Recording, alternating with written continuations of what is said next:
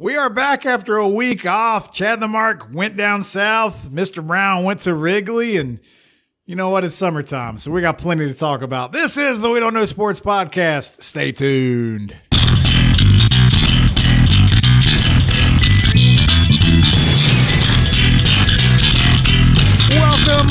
Welcome back once again to the We Don't Know Sports Podcast. It's Chad the Mark with Mr. Brown and Canadian Big A and Turbo Tommy. And did you get the boat back in the water there, Tommy? Yes, I got it. It took 2 days, about 8 hours each day.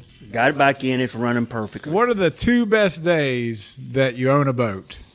I haven't seen the last one yet, but the first one's the bind. It's the day you buy and the day you sell it, man. That's it. I enjoy my boat. So we're all in agreement the next week's episode is going to be labeled Boats and Hoes. Yeah, that'll work. Yeah, we can do that. I produce Boats and bitches is what I want to say. So disgusting. From the canal, watching the fireworks go off, do a special Saturday episode. Go to the regatta? You got a regatta. What the heck was that? I don't know what that was. That's why you don't get your own mic, because of things like that. But yeah, I'm glad to be back. We didn't have a show last week. I did an SEC vacation. I don't know. I just went down to the SEC country and saw some things. But Mr. Brown, you had a sports related trip last weekend. You went to Wrigley Field for a day game. It was amazing. So tell me all about Wrigley. I'm excited you got to go, but is it everything you thought it would be? Yeah, I was telling Tommy before you got here, like, you know, I've been to a World Series Braves victory game, and like this was up there with that, you know, because just I was in awe when I came in and saw when I came up the concourse there and stepped out and saw the field, the wind was blowing in, the flags, the old scoreboard, the ivy. I was like, it literally took my breath away. And I've been to Fenway, but it was a long time ago, so I didn't really appreciate it like I would now, so I've got to go back. But it was an amazing experience. A day game, of course. The vendors were even like the old school vendors. They're like, get your hot dogs here. Cold beer, ice cold beer. Right. Yeah. And there was even like double the amount that's in Atlanta. So it was like they really loaded up on their vendors. And, you know, when you walk around on the concourse at most stadiums now, it's all concrete. This is all individual bricks that they initially put in back like 100 years ago. So you're literally walking on a brick walk path all the way around the stadium, which was amazing. Good crowd. Oh, it was sold out. I think it was 40K was there. So what's the Chicago fan base like in person? They were very nice to me. I was rocking the red Matt Olson jersey. But they were just like, no one talked crap to me at all. No one ever said anything bad to me. It was basically like because the Cubs won 6-3, so I got to witness the Go Cubs Go, which was catchy. I mean, I wanted the Braves to win, but it was cool to see in person. That and then the beer cup snakes and the bleacher seats. They were going in left field. It went from left field to the top bleacher seat all the way down to the ivy in left field. And then right field was trying to catch up with them, and they were just talking shit back and forth to each other, just Cubs fans yelling at each other because, drink your beer faster. That's what baseball's they were going all about. But they weren't talking crap at all because, like, the Cubs won, but they're, like, looking at me like, you know, we suck. We know. We don't know how we're beating you. So you just give us this one. They're like, you just picked a bad day because everything was lined up perfect. Kyle Wright was going on the mound, our most consistent pitcher so far. The Japanese phenom wasn't even playing. He's on the IL. And then you had Patrick Wisdom went out. He was hurt. And, like, everything was, like, stacked against the Cubs, and they still won 6-3. Well, at least you got to hear Go Cubs Go. It was cool. And then just the different dynamic of where you can't park around the stadium. So we found a parking garage in downtown Chicago. We parked there. We rode the purple line, had to figure that. I had to Google it so I could understand it. So I realized you take the purple line to the end, jump on the red line, drops you off at Addison, which is like a block from Wrigley, and then you just follow the Cubs jerseys right to the stadium. So it was cool. Didn't need a map once you got off the train. Just follow the jerseys. It was really cool. Like, it's something I want to do again. And now that I've kind of assessed the situation. Might be able to enjoy it more next time. And I'm taking the son back next time because he was really upset that he didn't go this time. I said, son, after all these death threats and stuff, people in my own groups tell me, you're going to die this weekend. You're not coming back. So I had to assess the situation. But now that I feel better about it, you know, I'm taking him. But I will say, we drove past the south side and the Sox Stadium. That part was sketchy. Yeah, a little sketchy. So I don't know about that. It would have to be a day game, but I would definitely go back to Wrigley So when again. you drove by, I was like, roll them up. Yeah, it was bad. It was bad. All right. So Amazing. I'm glad you got to go. Jealous of the experience. My question is, did you eat anywhere real nice in Chicago? Yeah, we actually. We get old, we just like talking about food, don't we? Yeah, but who doesn't love food when you're traveling? You want to get the local flavor. But Oh, yes. we got to eat at Illuminati's, not the Illuminati. The Illuminati. The Truth is out there, people. deep dish pizza that was recommended by former Cardinals, Braves reliever Ray King, Everyday Ray. Friend of the show, Ray King. We've interviewed him a few times. He said, if you want some deep dish pie, you go to Illuminati's. So there you go. And it was really good. I only could eat 2 slices and I was stuffed. And I see why they call it a pie, because you couldn't eat it without a fork. Yeah, it was nice. Question for you at the stadium. I remember watching WGN when I was a kid growing up, and you always had like Waverly, the apartment. Everybody'd sit on the roof and watch. Is that still a thing, or is that not? They have now all the apartments across the street it just says Cubs bleacher seats, and everyone's sitting up there, and it's all over the outfield. And the funny thing is, there was one in right field, and because they're not affiliated with the Cubs. This is just the apartment owners trying to cash in on some money. Well, they put in a huge ass scoreboard in right field and blocked all those seats, so they're just sitting there empty. So their investment's over. It was like 20 seats. That's good and bad. So you have the original wooden scoreboard in center where they have to change the numbers by hand. Manually. And then you got the updated scoreboard in right field, which blocked all those apartment seats, just in right field only. So how are the seats at Wrigley? They're still the like original old metal hard. I'll tell you this. They're more comfortable than sitting beside of you in Atlanta. You know, that's just because I need 2 seats. You would like these seats better. Okay. They're more spacious. And then like, what am I trying to say? I don't think it matters at this point. I think the With all damage, due respect. the damage is done, so I guess I'll be leaving. But hey, That's why I needed an aisle seat so I could put half my belly in the aisle.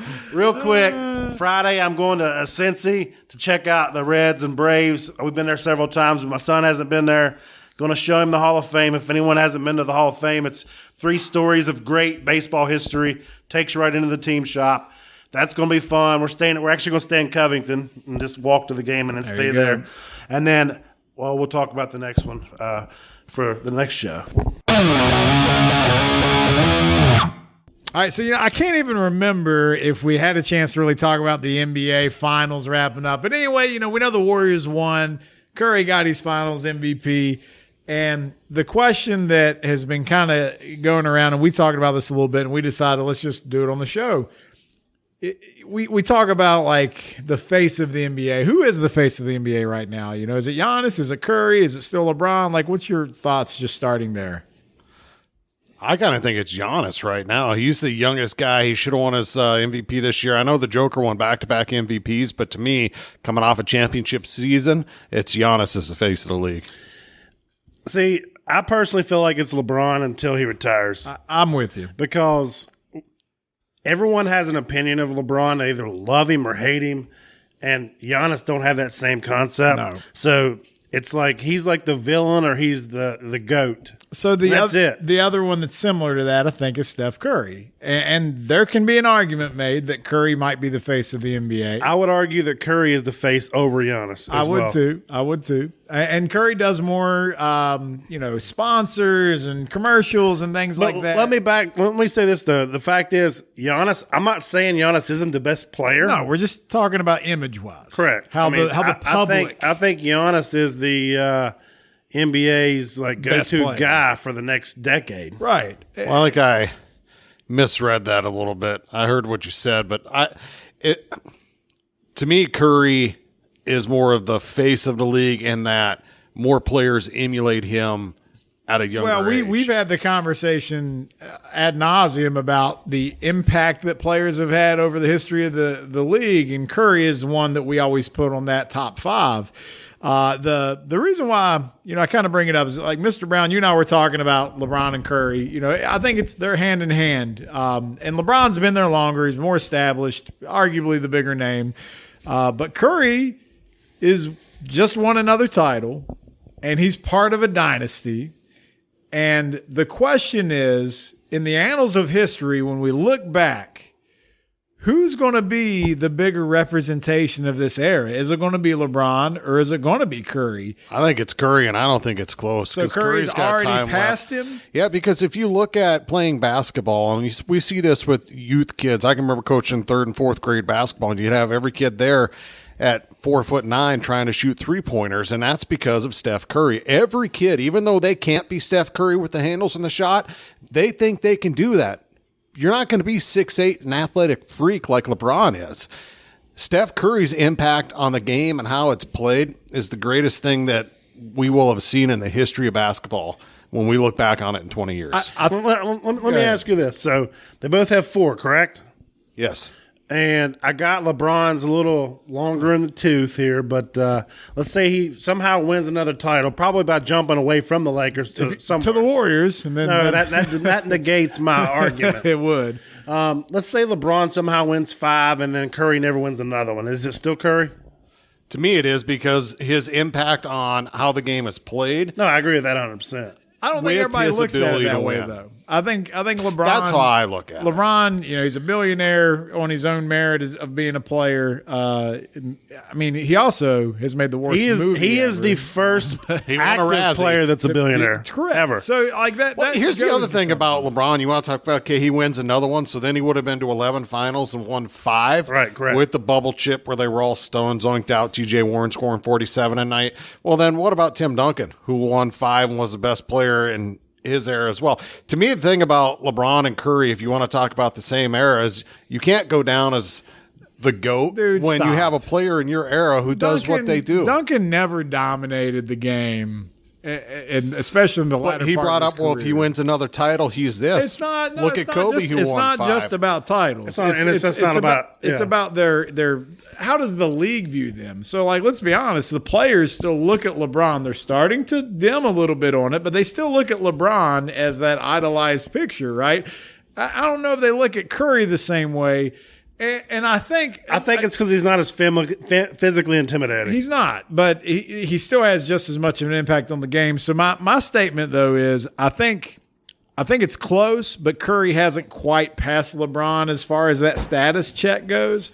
If he gets another one, he probably will. The things that go in his favor are the fact that he's been on the same team. They've done this. What's the age difference?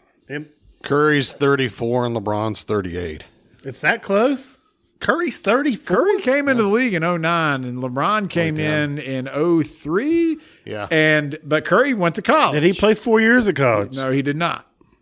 Curry is 34? Here, you want to Born March make it feel really 14th, old? 1988. Curry played against Blake Griffin in college, Yeah, I believe that. and look at Blake Griffin now. He's barely in the league. Like If you want to know a funny tidbit, where is LeBron from? Akron. Where was Steph Curry born? Akron. There you go. It's 'cause- does his dad play on the Cavs at the time? I don't know. They must have been, Maybe it was a road game. yeah. He was probably banging LeBron's mom just like David, what's his name? Delonte West. He was getting a line behind Dell. Hey, props to Delonte, man. He's turned his life around. I just think Hey, it depends what week it is. One week he's panhandling, the next week he's found Jesus. down at Mark Cuban's ranch. The Bunny Ranch. No, Maybe no, the Hughes no, Ranch. No, not that. So He's in a grotto. for me, the argument with the LeBron and the rings thing is it kind of has faded out a little bit. Even if he were to win another one, I know it's great. he's lost so many, it's hurt it already. Yeah. Yeah, I get that. But here's the thing. I'm going to throw these questions out here, and I want you guys to answer. There's no trick question here. I'm just looking for your realistic answer. If I was to ask you who is the best defensive player of all time, who would you say? LeBron. Defense? No. Right now, he's won five All time. defensive- All time. All time. Oh, I thought time. You, No. I'll take it. I thought you meant between Not those between two. the two, just in NBA My bad, history. my bad. Who would you say is the best defensive player? Tommy can't think now. He done Yeah, messed you up. got me Biggie, thinking. what would you say? There's no right or wrong answer. I'm just asking. I have two choices.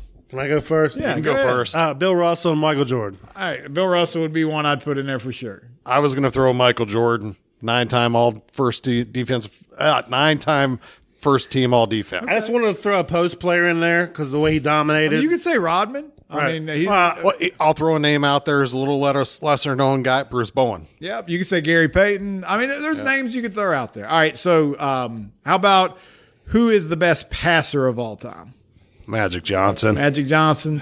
Maybe you could say Stockton, but I think Pistol most people- Pete, baby. I'm gonna say Magic. I'm going to say Pistol Stockton. Pete. Magic was more flashy. Okay. Stockton did it the right way. All right, best winner ever. Bill Russell. Bill Russell Bill or Russell, Michael Jordan. All right, so we got some different answers here. Who's the best shooter of all time? Steph Curry. Curry. Bird.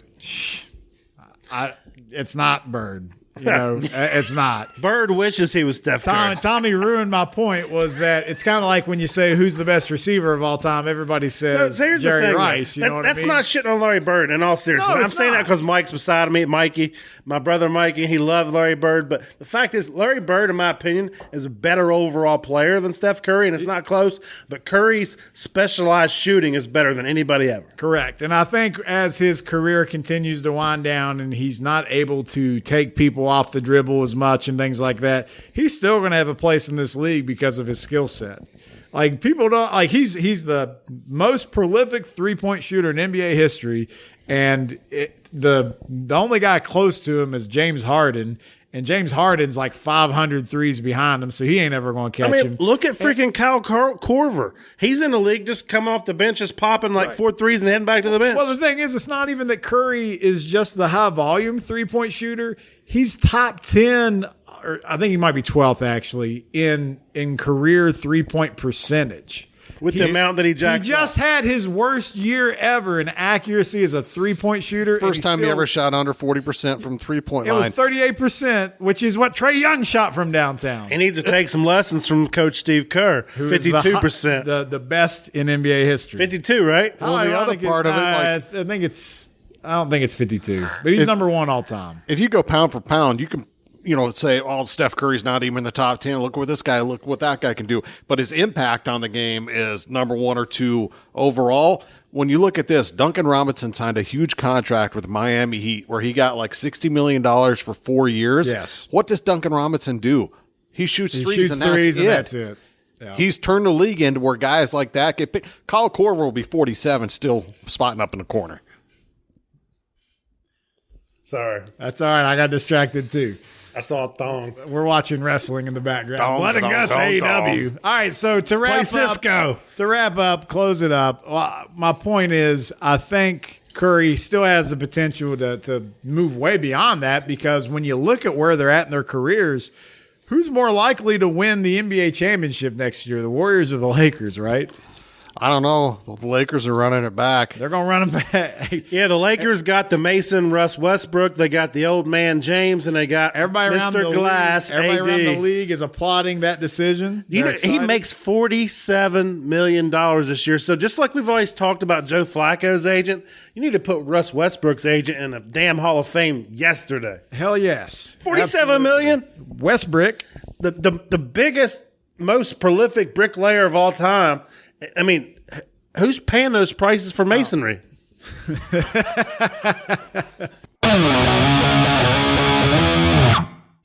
All right, so one of the things that makes our social media so exciting is, Mr. Brown, you specifically like to throw out these questions, and people typically get riled up a little bit. And, you know, there's always those typical questions like, who's better, LeBron or Jordan, that, you know, Biggie always loves to do in his basketball group. Biggie's got every LeBron James meme in the history of LeBron. Yes, but we're not going to do that. We're going to go to NFL. And instead of- Secretly, he's got the same amount of man crush on LeBron as I do Freddie Freeman.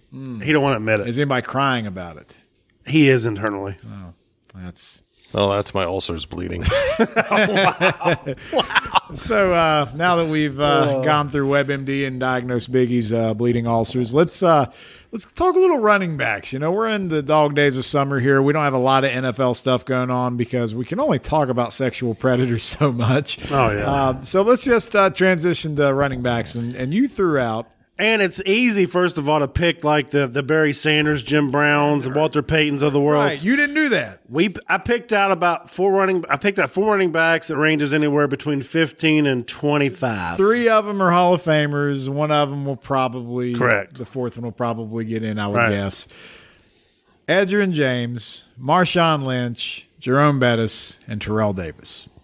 So, starting us off, do you guys your question was rank them 1 through 4. Correct. So who wants to go first so we can just Edgerrin pick a James, Jerome Bettis, Terrell Davis, Marshawn Lynch. Okay. So Terrell Davis is the wild card here, right? Yes. Because of the limited amount. Yes, he did have some extreme peak, great prime. It gets a little elevated for me because he played on a team that won 2 Super Bowls. He was great, but one thing I would like to say, yes, he did have a 2,000-yard season in a same system that guys like Travis Henry and every other bum from Miami ran for 1,500 yards in. So was he a hair better than them or slightly better? Yes, but it's not as though he was Barry Sanders out of that backfield. All right. So, Tommy, where would you rank Edge, Marshawn, Bettis, and TD? Biggie's got to give you the mic. It's I know that people's gonna be thinking, why not Bettis? But it's Edgerrin James, Jerome Bettis, Marshawn Lynch, Terrell Davis. The slack on Davis was the injury. I think if he had been able to prolong his career, he'd have probably inched his way on up through there. He did have some phenomenal seasons. Edgerrin James, just people overlook him. So you guys are kind of like baseball writers. You're just criticizing Terrell Davis because he didn't play 20 years. It is what it is. I mean, an injury is an injury. I mean, all right. So, but It's a part of the game. I mean, you could go with Bo Jackson. Bo Jackson would have probably been the best player ever. You were going to say, though, don't overlook Edge, right? Yeah, Edge is phenomenal. All right, so you kind of stole my thunder. I'm going Edge at 1, the Bus at 2. I'm going Marshawn at 3 because he did play for the Raiders, even though Pete Carroll had to give him the ball on the 1. Homer. And then I'm putting Terrell Davis last, not because I'm being a baseball guy, but because I hate the Broncos. And the fact that he probably got carpal tunnel from doing that Mile High Salute so many times, that's why he had a short career, because he got carpal tunnel. So I'm going Terrell last. Wow. All right. I'm going to go. I'm conflicted. I'm real conflicted. Be the opposite of voice of reason here. I'm actually The thing I'm most interested in as you go through these is that all 3 of us have had TD as 4th. That's the only person I care where you rank them. Like, really, when you look at the list, honestly, if I was being honest, it would be Marshawn Lynch would be 4th. But I can as a Raiders fan. so I'm It's TD. Then I should have put Bettis 1. I'm gonna put Bettis 1. Nice. And I'm going to tell you why. From a Bengals fan. Right. And so a part of that is maybe me being soul crushed from watching him just like he was impossible. So many games on CBS growing up. So many. Yeah. And so painful. Like you knew Bettis was getting at least 80 yards against the Bengals. And the Berman. He's rumbling and he's stumbling. Stumbling. Yeah, I mean, it scarred me. But Bettis, he played a long time at a pretty consistent level. I give him props for that. And a big dude, man. Big dude. How did he have that longevity as a dude that size? He was like a ballerina out there. Yeah, he wasn't just a bulldozer. He was out there like 200, was he 280 or so? He had like 260, All right, 265. And happy feet. Edge number 2, Marshawn number No 3, and Terrell Davis number 4. But if I had to pick one season, I would definitely pick Terrell Davis For the peak. As far as that goes. So I have the stats pulled up here. It took me a while to collaborate these. So out of the 4, who had the most yards? Out of those 4, who Jerome Bettis. Do you agree? I'm going to say I'm gonna say Edge. Bettis had 13,662. Edge had 12,246. Oh, that's close, though. And then Marshawn had 10,413. Terrell Davis, by the way, is at 7,600. Yeah. Because Wow. he had half the amount of carries that Bettis had. Okay. All right. Who had the most touchdowns? Who had the most rushing touchdowns? That is going to be. How do you not have Bettis as the most when he's a goal line back? Like, he's got to be the guy. James had like 80 touchdowns, right? He had 80 touchdowns. You are correct. Tommy. That puts him third. Oh, okay. It's Bettis. It's Bettis, Marshawn, and then Edge, and then Marshawn number 2 with TDs. That's impressive. 85. Yeah. So clearly Bettis is the number 1 here. 91 for Bettis. Yep. Okay. Almost By the way, 100 rushing touchdowns. I checked. Bettis weighed 252. That's a lie. that's a That's a lie. lie. That's a lie. That's like a wrestling bio. That's where like you're 6'3", but they list you at 6'6". yeah. That's like Charles Barkley. Yeah, that's exactly He's what that 6'8". is. All right, how about yards per carry? Who do you think had the best yards Edge. per carry? TD. Probably TD. TD. It's Shorter career. 4.6. Where was Edge at? Edge was an even 4. Okay. Lynch was 4.2. Wow. And okay. then Bettis was 3.9. All right, that makes sense, though. I knew A lot of those last. like goal line carries, short yardage. Who had the most receiving yards? Oh, Edgerrin James. Yeah, right. Do any of the other two combined equal his receiving yardage? Oh, easily. Yeah. Okay. Edge was only 3,300 yards, while Marshawn was 2,200. Okay. And then Bettis was even at 1,500. And Terrell Davis in the short career was at 1,200. Impressive. For receiving touchdowns, Edge was 11. Marshawn was 9. Bettis was 3. TD was 5. So I don't remember TD being that good out of the backfield, but apparently he was a solid-ass receiving option. The yards per catch were all about the same, 7.5 to 7.8. So now that we've thrown the stats out there, would you revise your order at all? No. I'm going to revise mine because I'm not the football guy. I don't claim to be. I'm the baseball guy. So I had Edge and then Jerome. I'm going to go Jerome, then Edge. Okay. You and me agree. All right. I love it. The only reason I keep Edge at 1, even though the stats say a little bit differently, is that The he was one intangibles, of they're those- not there. If he, The dreads. well, no, if The grill. He had that gold grill. if he stays healthy a little bit longer, he was LT before LT. He was, he was Marshall Falk after Marshall Falk. come yeah. on, man. He's not that much. Don't act like he's a trendsetter. Pay the respect. Talking about Roger Craig. Roger effing Craig. The original 1,000. Well, now we're talking about Larry Centers. Hey, man, easy on Larry Centers. Did you know a fullback once had over 100 catches? We're going to go Mercury Morris. Are we going deep here?